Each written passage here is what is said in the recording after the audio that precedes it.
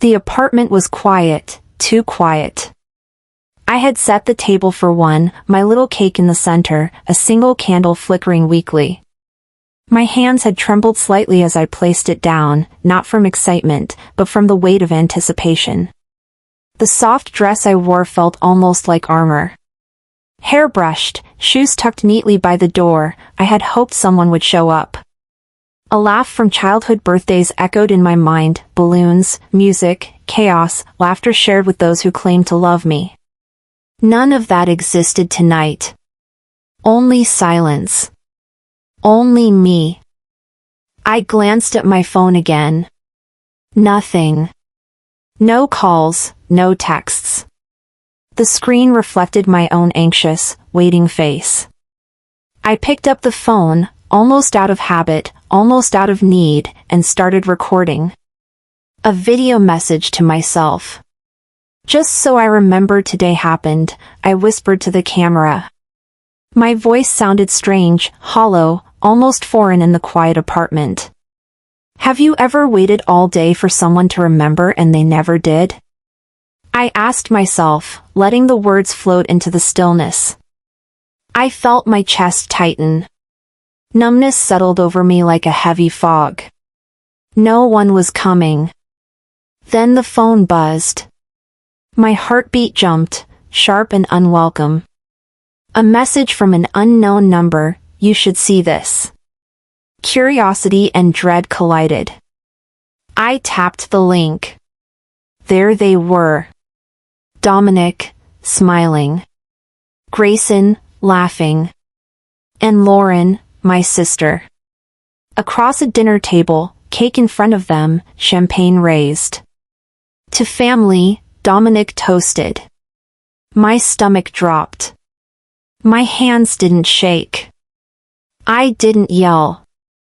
I stood slowly, extinguishing my own candle with deliberate calm. A single thought, sharp and precise, cut through the shock. No one forgot. They just chose to remember someone else. I walked to the closet, pulling out the suitcase I had tucked away months ago. Methodically, I packed documents, a few changes of clothes, the folder labeled Quinn. Beneath the mattress, a manila envelope waited. Already signed. Divorce papers. Not dramatic. Just truth and action. I wrote a short note, instructions for the house, the accounts, and one line for them to read when they returned. You never lost me. You gave me away. Locking the door, the house alarm beeped. A mechanical voice said, "Good night, Evelyn." I whispered back, soft but resolute, "Not anymore." The candle remained unlit. The door closed without a goodbye. I paused at the hallway mirror, staring at my reflection. The steam rising from the tea I had left untouched blurred the glass. I studied my own face, soft, composed, yet broken under the surface. "Happy birthday, Evelyn," I whispered. No tears, no shouts, just recognition of the quiet fracture inside me. The apartment darkened behind me as I turned off the light. Silence enveloped me completely. But it wasn't freeing, it was heavy. It followed me. Into the hallway. Into the cab. Into the street. Into the invisible spaces that no one else would ever see.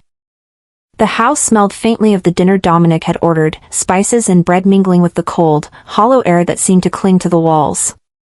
I moved quietly through the living room, suitcase in hand, and placed the signed divorce documents carefully on the kitchen counter. The flickering television caught my eye, a report about a charity gala Lauren had attended. I didn't watch.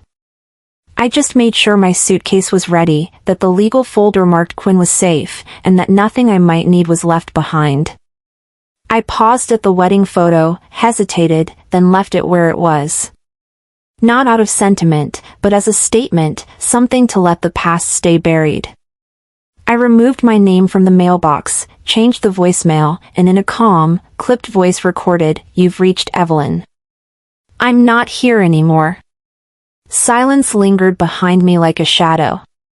Have you ever left so quietly that the world didn't even notice until it was too late? Dominic came home just as the last light was fading outside.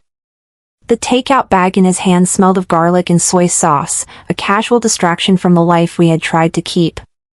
He called out, unaware I had seen the video. But his casual demeanor faltered when his eyes landed on the envelope. Is this a joke? His voice was calm, but the edge of disbelief cut through it. I stepped from the hallway, coat on, suitcase in hand. Calm. Controlled. He tried to minimize the betrayal, to accuse me of overreacting. I met his gaze, steady and unflinching. It's not cheating that broke us, I said. It's that I didn't matter enough to be told. He blinked. He asked, incredulous, "You're just going to leave without a fight?" I let the weight of my words settle between us. No. I'm leaving because the fight already happened. You just weren't listening. Grayson's footsteps in the hallway broke the fragile quiet. He appeared in the doorway, his face a mask of teenage disapproval and hurt. So you're walking out? Just like that? His voice carried a sharpness I hadn't expected. I looked at him, felt the pang, but did not yield. No, Grayson. I walked out long ago. This is just the last step. Dominic tried to mediate, to accuse me of traumatizing our son, but I cut through it with clarity. You taught him that love is only real if it's convenient. I'm unteaching that. I handed Grayson a sealed letter. Open it when you're ready to hear, not just speak, I instructed. The paper felt heavy in his hands. The air between us was taut, yet I refused to flinch. As I turned toward the door, Dominic reached for my arm, light, almost desperate. I paused, met his gaze one last time, then gently but firmly removed his hand. You don't get to hold me now. You let go a long time ago, I said. Grayson remained silent, eyes fixed, expression unreadable. The porch light flickered as I stepped into the night, the chill settling into my bones. I pulled the door closed behind me, letting the sound resonate through the empty house. I whispered under my breath, that's the last time I say goodbye in a house full of silence. The night stretched before me, quiet, yet impossibly heavy. And in that stillness, I realized the silence wasn't confined to walls. It traveled. Followed. Waited. It would accompany me into the clouds, into the spaces between each heartbeat, and ask quietly, persistently, what now? The airport terminal hummed with the low murmur of travelers, rolling suitcases, and distant announcements. I moved through it deliberately, each step measured, dragging my suitcase behind me like a tether to the past I was leaving. Heart pounding under controlled calm, I watched families greet one another, children bounding into arms that should have been mine, parents smiling, laughter filling spaces I used to inhabit. Flight 317, Seat 12A. Not for them, for me. My boarding pass was a small victory, a declaration of self-possession. I remembered childhood birthdays, the clatter of applause that never came, and glimpsed a child in the terminal blowing out a candle. The image pricked like a needle. Have you ever walked through a crowd and felt invisible? I took a deep breath and moved toward the jet bridge, feeling the boundary between the old life and this one tightening, then releasing. On board, the hum of the engines vibrated through the cabin floor. My phone buzzed in my pocket. I slid it out, a video message from Lauren, smiling too easily, toasting with Grayson and Diane. I silenced it, slid the phone back, and turned to the window. Seattle shrank beneath me, lights fading like a memory. They kept everything, the photos, the records, even the right to call that house home, but I was the one moving. I dug into my jacket pocket and felt the small photo tucked there, Grayson and I, laughing on a sunny afternoon, a fragment of joy preserved, not abandoned. I sent a short text to Noah Quinn. It begins. Sometimes the hardest part isn't leaving, it's deciding what to take with you. The plane descended into Tacoma under the cloak of night. The air was cool, almost electric, as I stepped onto the shuttle and felt the weight of finality in every step toward my modest apartment downtown. Key in hand, I unlocked the door, the scent of fresh paint and faint city smells greeting me. I placed the photo on the shelf, lit a single candle, not a birthday candle, just a mark of presence. I studied my reflection, no tears, only the calm clarity of someone who had chosen herself. A voicemail blinked, Diane's voice, shaky, calling, "Evelyn, we need to talk." I deleted it without listening. The Merrick name tag stayed behind on the doorframe, a relic of the life I'd left. A new number, a fresh start. I whispered to the empty room, "Hello, home. Tomorrow, the fight begins." The marble lobby gleamed under the soft glow of evening lights, a display of wealth and control that once seemed impenetrable. I stood at the threshold, suitcase in hand, coat draped over my arm, and for a moment, the weight of memory pressed against me. Families passed by, their laughter a distant echo of birthdays I spent hoping to be seen. The security guard barely glanced at me after checking my ID, a polite nod acknowledging that I no longer belonged but was permitted entry. I paused, imagining the little girl I once was, peering through these same doors, counting down the minutes until someone would notice her presence. I stepped forward, pressing 1 on the elevator panel, each beep a quiet heartbeat. How many times have you returned to a place that once healed you and found only echoes? The elevator shuddered as it climbed, and mid-floor, the doors slid open. Lauren and Harlan entered, arms linked in practiced composure. Lauren's smile was sharp, polished. "Evelyn. Back to visit your old house?" Harlan's expression was controlled, stern, the weight of his gaze a subtle threat. I remained calm, deliberately neutral. Busy isn't the word. Alive is. The elevator descended in silence, the hum of machinery filling the gaps that words could not. When the doors opened again, Lauren stepped out first, her heels clicking, confidence radiating. I reached into my bag and drew the folder labeled Quinn and Associates. Harlan's eyes flicked to it, and for the first time in years, I saw hesitation, a crack in the armor of authority. When you walk into the lion's den, do you fight or wear the face of calm? The doors closed, carrying me down to the ground floor. The crisp night air greeted me as I stepped out, my breath visible, the gates swinging shut behind me with a subtle finality. I did not rush. I called Noah Quinn. "They know," I said.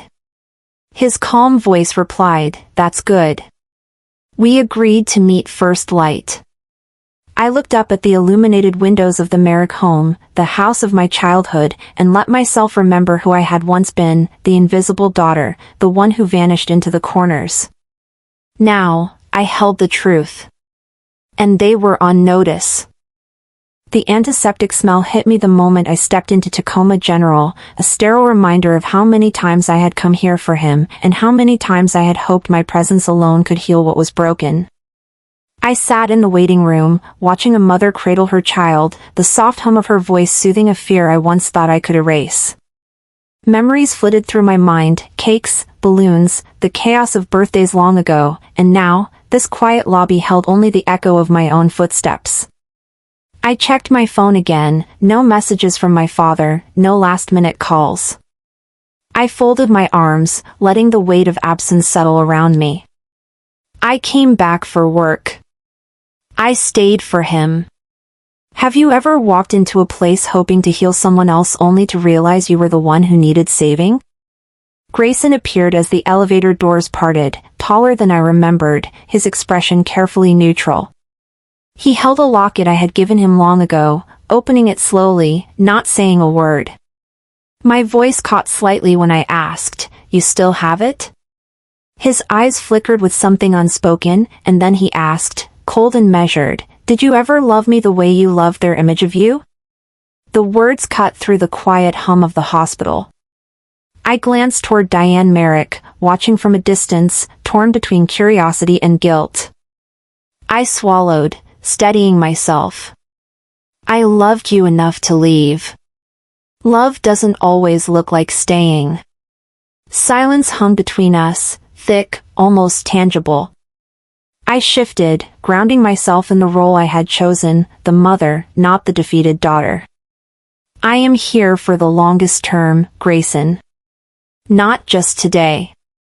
After he was called into another room, I drifted toward the Galleria window, letting the light catch my reflection. I hardly recognized her. The woman staring back was composed, calm, quietly commanding.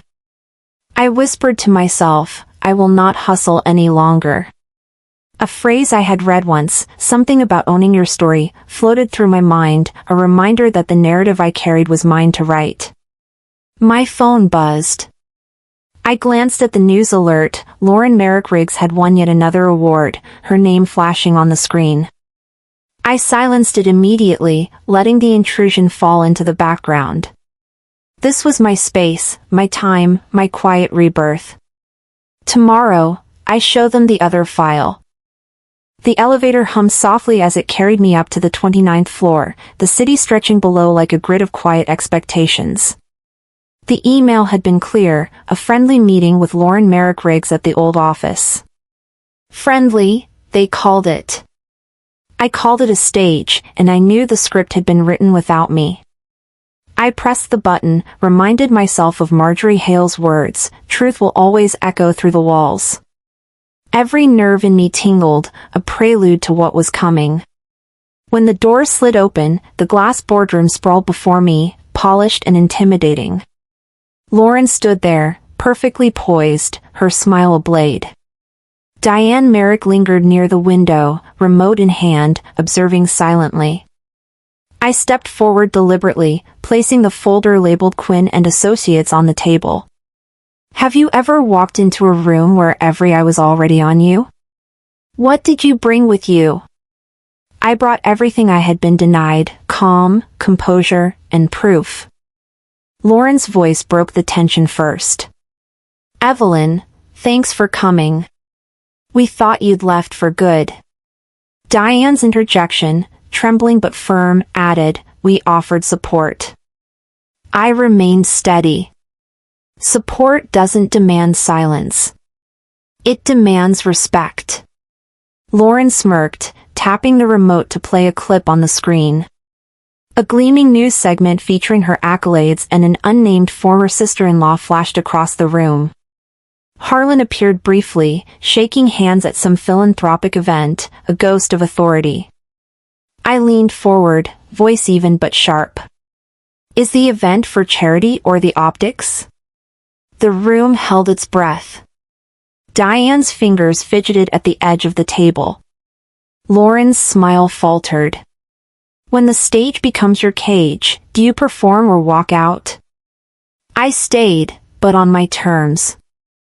I rose slowly, gathering the folder in both hands, setting it squarely before them.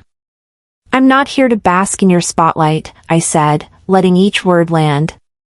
I'm here with documentation, estate planning, asset transfers, gifts made in my name without my knowledge. Laughter bubbled from Lauren, the casual deflection of someone who thought she owned the narrative. This is about family, she tried to claim. My eyes didn't flinch. Family isn't a brand. It's a promise. Diane gasped, catching Harlan's glance. For the first time, the veneer cracked. The room, once a stage for their power, had become a courtroom of truths. Tomorrow we file. And you'll see the place where the promise broke.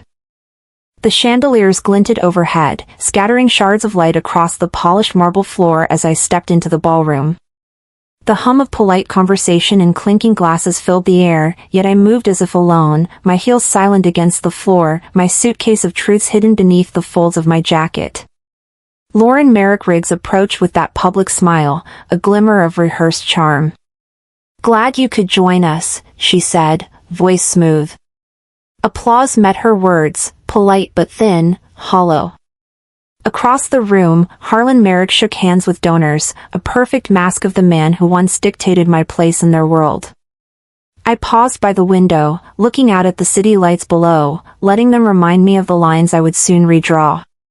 Tonight, they show perfection. Tomorrow, they pay for their flaws. I checked my jacket pocket. Legal folder intact. Phone silent.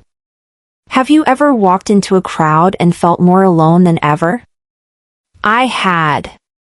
The gala moved like a slow river, all smiles and applause, until the currents shifted. A photographer captured Lauren and Harlan mid-laughter, hands brushing, later captioned in the media as the Merrick power couple tonight. On the projection screen, Ivy Ross news chimes sounded, a new insider tip flashing, Merrick family silent on youngest daughter's departure. I remained unmoved, raised the champagne in a silent toast. To truth, my lips mouthed. Lauren's eyes narrowed. I thought you said you were done with us, she asked, feigned curiosity masking her unease. Calmly, I replied, I said I was done with pretending. Diane appeared, shrinking behind clusters of guests, anxiety painted across her face.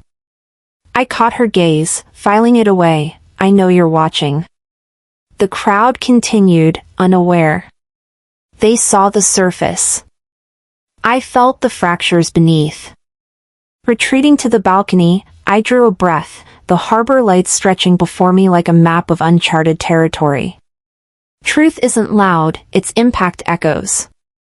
I tapped a quick message to Noah Quinn, it's time. Inside, a livestream comment scrolled past, is that Evelyn Merrick ignoring her family? Lauren laughed softly. My lips barely curved. I returned to the ballroom, positioning myself at the edge of the dance floor, solitary but unafraid. The quiet before the storm carried weight heavier than any applause. And tomorrow, the microphones open. The courthouse plaza felt wide and silent beneath the morning sun as I approached, briefcase in hand, a quiet pulse of determination running through me. I remembered Maya Angelou's words, murmured under my breath, nothing can dim the light which shines from within. It was a mantra, a shield. Noah Quinn met me at the entrance, firm handshake, eyes sharp. They'll never see you coming, he said. I nodded, allowing the calm to settle over my shoulders. Inside, the columns towered, white marble gleaming, yet I felt the weight of every moment that led me here. Filing the documents had been a small, precise act of rebellion, Harlan Merrick's asset transfers, Lauren's shell companies, Diane's silent complicity, all the truths carefully compiled into a story that had waited years to be told. Have you ever filed a truth you were too afraid to speak? I had. And today, the voice would not tremble. The courtroom air was thick with tension when I entered. Harlan and Lauren were seated, Diane rigid beside them. The judge called the case to order. I stood, letting the polished veneer of calm mask the years of withheld anger. I left not because I had nothing, but because I had enough, I stated, voice steady, measured. Each file I presented exposed the family's deliberate omissions, the brand built over my erasure. Lauren bristled, cheeks coloring. Harlan's voice rose, this is personal family business. I met it with quiet force, family business doesn't override justice. Then Diane stood, hesitant but unwavering, I was wrong. I let it go too long. The courtroom exhaled as one. Even in that silent recognition, the power balance shifted. When someone you trusted steps out of the shadow, does the world itself tilt? It felt that way. After the judge paused to schedule the next hearing, I stepped out into the mid-morning light, the plaza buzzing with cameras and waiting journalists.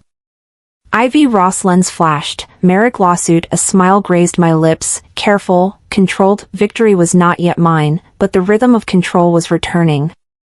I whispered to Noah, we begin the next chapter. Diane lingered behind, tentative, tearful. I offered a nod in my hand, thank you for seeing me. She took it. A small gesture, but monumental in quiet power.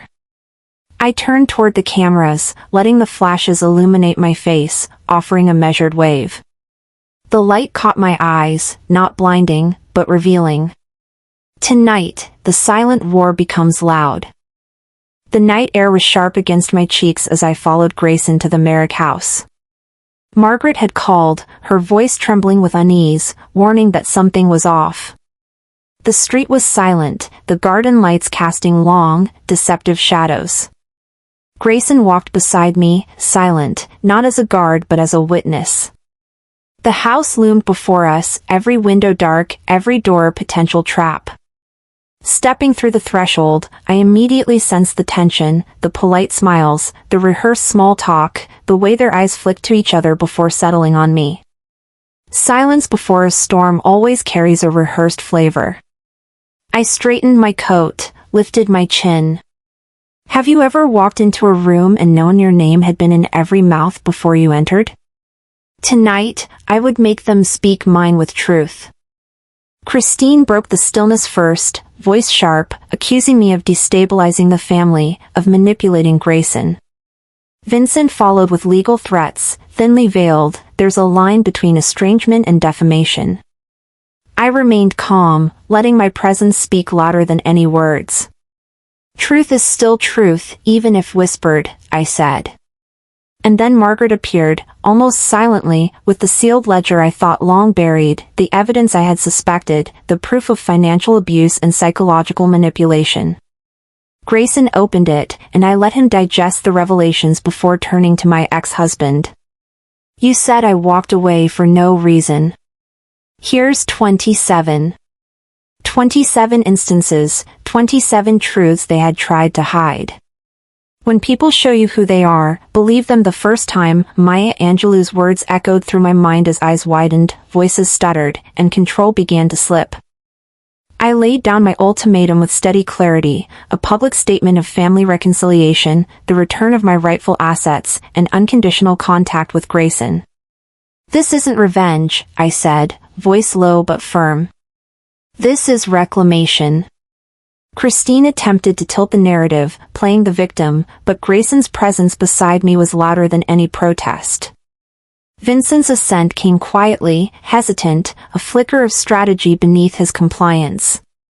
Would you accept justice that's only offered because they fear what comes next? I wondered. I didn't wait for answers. The ledger sat open, a silent testament, the room heavy with acknowledgement. As we left the house, a small fire erupted near a curtain, an unattended candle from the hastily concluded dinner. The family scrambled inside, panic crackling in the air. I remained outside, watching from the cool night, whispering to the shadows, let it burn. Margaret appeared beside me, holding a key I had thought lost, a key to my grandmother's private safe. My gaze met hers, sharp and curious. What's in there? I asked. She smiled faintly, the weight of revelation heavy in her hand. Everything they were most afraid you'd find. In that instant, the night shifted. The ultimatum had been set. The dawn would reveal the consequences. Boxes were scattered around the living room, still half unpacked, the scent of fresh paint mingling with the faint aroma of coffee. I stood in the center, eyes on the empty wall where the Merrick nameplate had once hung. The silence was mine. I pulled out the certificate confirming my legal name change, feeling the weight of every past expectation fall away. Evelyn Merrick now belonged solely to herself. A memory surfaced, birthdays in that old house, my presence overlooked, my voice unheard. I had waited long enough. Now, I placed the certificate in a frame titled Evelyn Merrick, free, setting it deliberately beside the fireplace. It was more than a piece of paper, it was a declaration. I whispered to myself, it's not about revenge. It's about reclaiming the start of me. Have you ever erased someone's name from your door and felt a shift inside, a quiet liberation, as if the air itself welcomed your claim? Grayson arrived, carrying a small cake with a single candle, his eyes bright. He set it down gently and said, "You did it, Mom." The simplicity of it, no grand gesture, no audience, was everything. We lit the candle together, the tiny flame flickering with shared warmth. I said softly, "Tonight we don't celebrate what was lost. We celebrate what's not given anymore." Then Diane appeared at the doorway.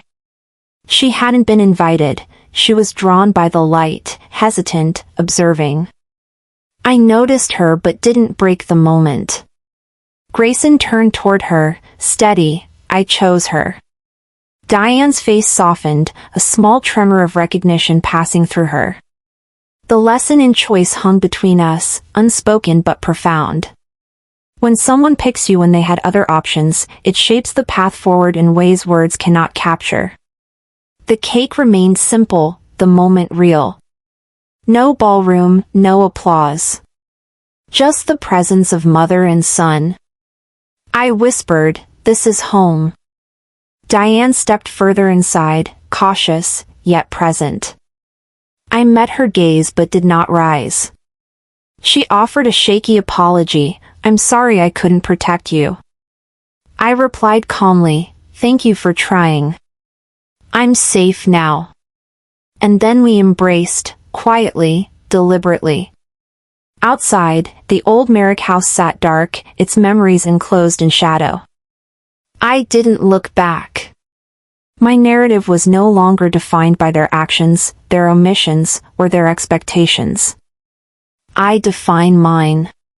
The next sunrise belongs only to me. The weight of years lifted, replaced by a calm, steady power. The unraveling of the past cleared space for the release of what I had long held inside.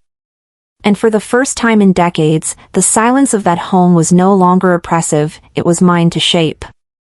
Boxes were scattered around the living room, still half unpacked, the scent of fresh paint mingling with the faint aroma of coffee. I stood in the center, eyes on the empty wall where the Merrick nameplate had once hung. The silence was mine. I pulled out the certificate confirming my legal name change, feeling the weight of every past expectation fall away. Evelyn Merrick now belonged solely to herself. A memory surfaced, birthdays in that old house, my presence overlooked, my voice unheard. I had waited long enough. Now, I placed the certificate in a frame titled Evelyn Merrick, free, setting it deliberately beside the fireplace. It was more than a piece of paper, it was a declaration. I whispered to myself, "It's not about revenge. It's about reclaiming the start of me." Have you ever erased someone's name from your door and felt a shift inside, a quiet liberation, as if the air itself welcomed your claim? Grayson arrived, carrying a small cake with a single candle, his eyes bright. He set it down gently and said, "You did it, Mom." The simplicity of it, no grand gesture, no audience, was everything. We lit the candle together, the tiny flame flickering with shared warmth. I said softly, "Tonight we don't celebrate what was lost. We celebrate what's not given anymore." Then Diane appeared at the doorway. She hadn't been invited, she was drawn by the light, hesitant, observing. I noticed her but didn't break the moment. Grayson turned toward her, steady. I chose her. Diane's face softened, a small tremor of recognition passing through her. The lesson in choice hung between us, unspoken but profound. When someone picks you when they had other options, it shapes the path forward in ways words cannot capture. The cake remained simple, the moment real. No ballroom, no applause. Just the presence of mother and son. I whispered, "This is home." Diane stepped further inside, cautious, yet present.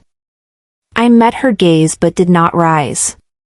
She offered a shaky apology, "I'm sorry I couldn't protect you."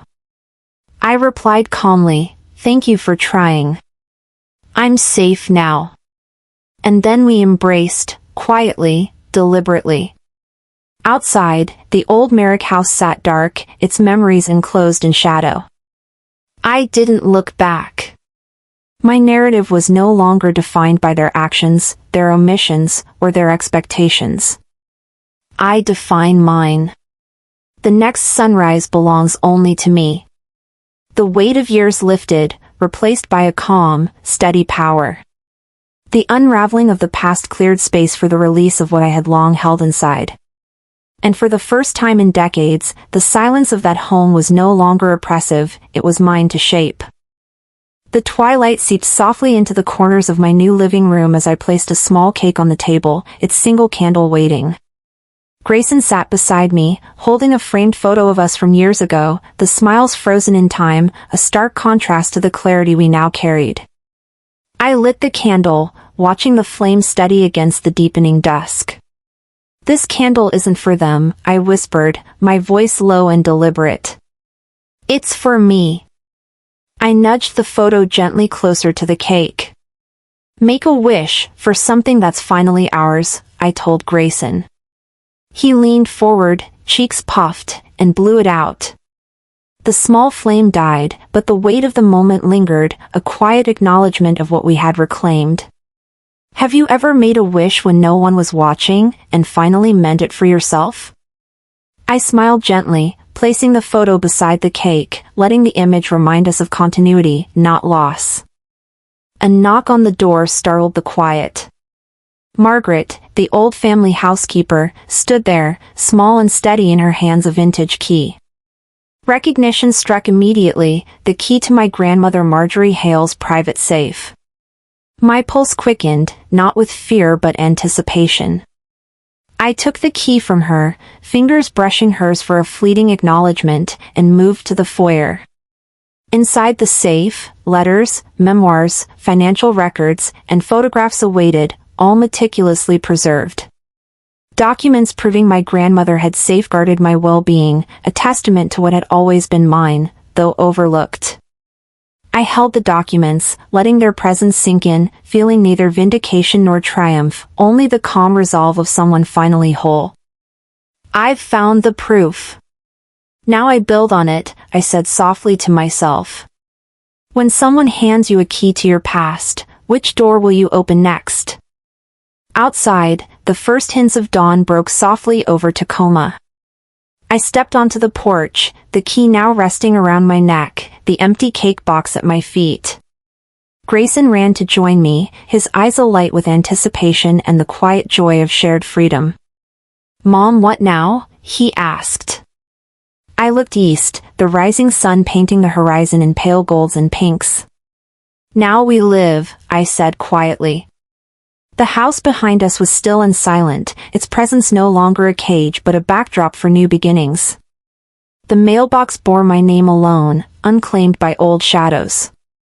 The next sunrise belonged solely to us, and in that light, I understood, the world may shout that they built you, but you built yourself. And in that understanding, I stepped forward, leaving behind every expectation, every claim not mine, ready to shape the life that was finally ours.